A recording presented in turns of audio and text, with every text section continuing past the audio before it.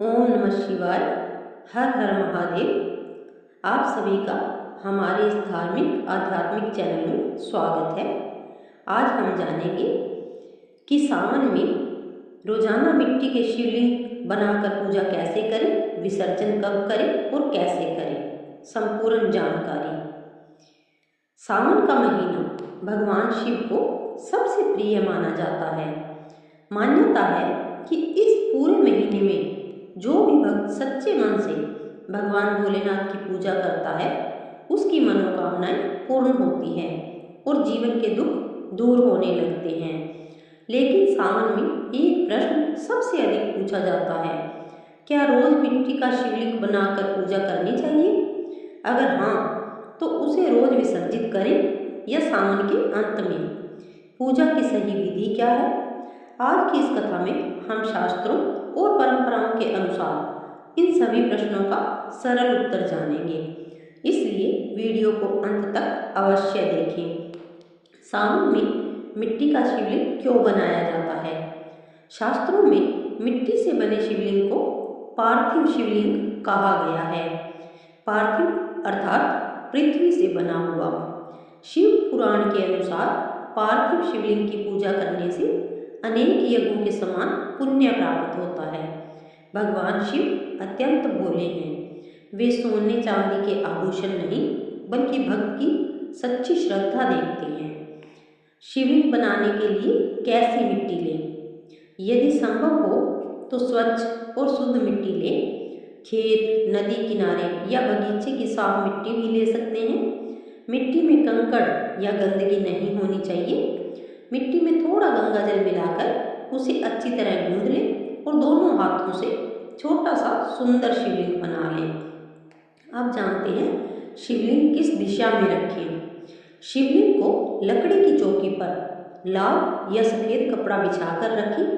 पूजा करते समय आपका मुख पूर्व या उत्तर दिशा की ओर होना चाहिए।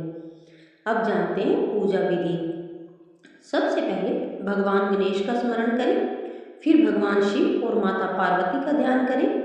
अब शिवलिंग पर एक एक करके जल, गंगा जल, कच्चा दूध, दही, शहद, घी और शक्कर से अभिषेक करें। यदि यह सब संभव न हो तो केवल स्वच्छ जल से भी पूजा की जा सकती है। इसके बाद बेलपत्र, धतूरा, भांग, आक के फूल, सफ़ेद पुष्प, चंदन, अक्षत और फल अर्पित करें।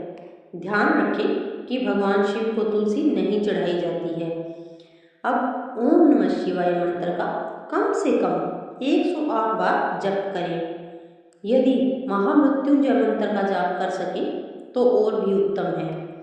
पूजा के अंत में धूप, दीप और कपूर से आरती करें तथा भगवान से अपने परिवार की सुख शांति और स्वास्थ्य की प्रार्थना करें।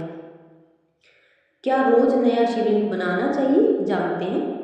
यदि आप रोज पार्थिव शिवलिंग की पूजा का संकल्प लेते हैं तो प्रतिदिन नया शिवलिंग बनाना श्रेष्ठ माना गया है। पुराने शिवलिंग को सम्मानपूर्वक विसर्जित करके ही नया शिवलिंग बनाएं। अब जानते हैं विसर्जन कैसे करें। पूजा समाप्त होने के बाद शिवलिंग को कभी भी कूड़ेदान में नहीं फेंकना चाहिए। यदि घर में तुलसी का पौधा है तो उसके पास स्वच्छ स्थान पर मिट्टी में मिला सकते हैं।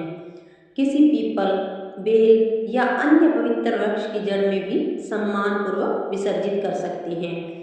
यदि नदी, तालाब या बहता हुआ जल उपलब्ध हो तो वहाँ भी श्रद्धा से विसर्जन किया जा सकता है। अब जानते हैं क्या पूरे सावन के बाद एक साथ विसर्जन कर सकते हैं?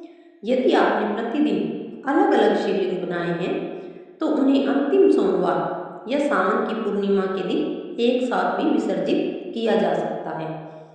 यदि रोज विसर्जन करना सुविधाजनक हो तो वह भी पूर्ण मान्य है। दोनों परंपराएं प्रचलित है। अब जानते हैं कि पूजा के समय किन बातों का ध्यान रखें।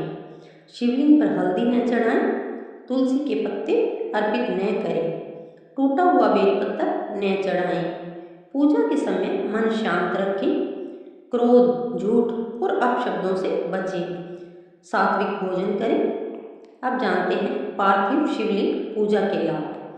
ऐसी मान्यता है कि इस पूजा से भगवान शिव की विशेष कृपा प्राप्त होती है, विवाह में आ रही बाधाएं दूर होती है, संतान सुख की प्राप्ति होती है, आर्थिक समस्याएं कम होती हैं, परिवार में सुख शांति आती है, मन को शांति और सकारात्मक ऊर्जा मिलती है।